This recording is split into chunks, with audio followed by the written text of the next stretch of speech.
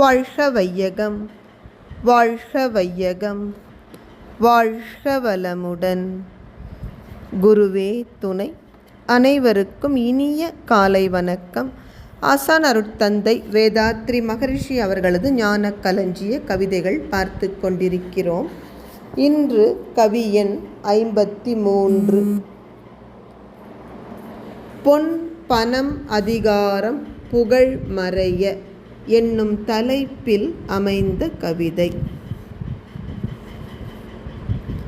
தன்னை உலகுக்கு அர்ப்பணிக்கும் அறிஞர் குழு சன்மார்க்க சங்கத்தால் தொழில் உணவு மக்கள் பெற நன்முறையில் கூட்டுறவில் பொருள் பெருக்கி நிரவிவிட்டால் பொன் பணம் அதிகாரம் புகழ் ஏனோ மனிதருக்கு.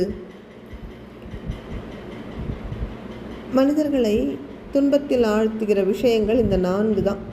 பொருள், புகழ், செல்வாக்கு, புலனின்பம். இதில் பொன் பணம் இரண்டுமே பொருள் என்பதில் அடங்கும். அதிகாரம் என்பது செல்வாக்கை குறிக்கிறது. இதிலிருந்து மனிதர்கள் விடுபட வேண்டுமானால் அதற்கு என்ன ஒரே வழி? அறிஞர்கள் கூடி செயல் செய்ய வேண்டும். ஒருவர் இருவர் முன் வந்து பெரிய மாற்றத்தை கொண்டு வர முடியாது. அந்த அறிஞர் குழு எப்படிப்பட்டவர்கள்? இந்த உலக நன்மைக்காக தங்களை அர்ப்பணித்து கொண்ட அறிஞர்கள் ஒரு குழுவாக ஒன்று கூடி உயர்ந்த நோக்கத்தோடு சன்மார்க்க நெறியில் மக்களை உயர்த்தும் நோக்கத்தில் அவர்கள் ஒன்று கூடி அனைத்து மக்களுக்கும் எந்தவித பேதமும் இன்றி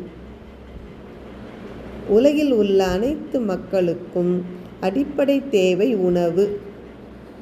அந்த உணவை பெறுவதற்கு ஒவ்வொருவரும் ஒரு தொழில் செய்ய வேண்டும். உடல் உழைப்பு அல்லது அறிவின் உழைப்பின் மூலமாக ஒரு தொழில் செய்ய வேண்டும். இந்த அறிஞர்கள் கூடி உலகம் முழுவதும் வாழுகின்ற மக்கள் உணவு பெற வேண்டும். அந்த உணவை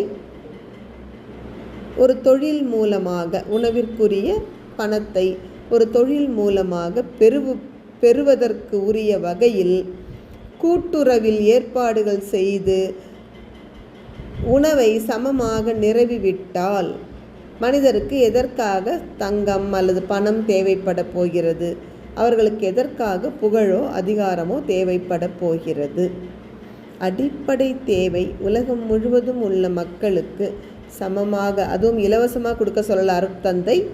தொழில் ஒன்றை செய்ய வைத்து அதற்கு பதிலாக அவர்கள் அடிப்படை தேவைகளை நிறைவேற்றும் பொழுதுதான் இந்த துன்பத்திலிருந்து மனிதர்கள் விடுபட முடியும். பொருள், புகழ், செல்வாக்கு, புலனின்பம் இந்த 4 விடுபட முடியும். தொடர்ந்து சிந்திப்போம். அனைவருக்கும் நன்றி. வாழ்க வளமுடன்.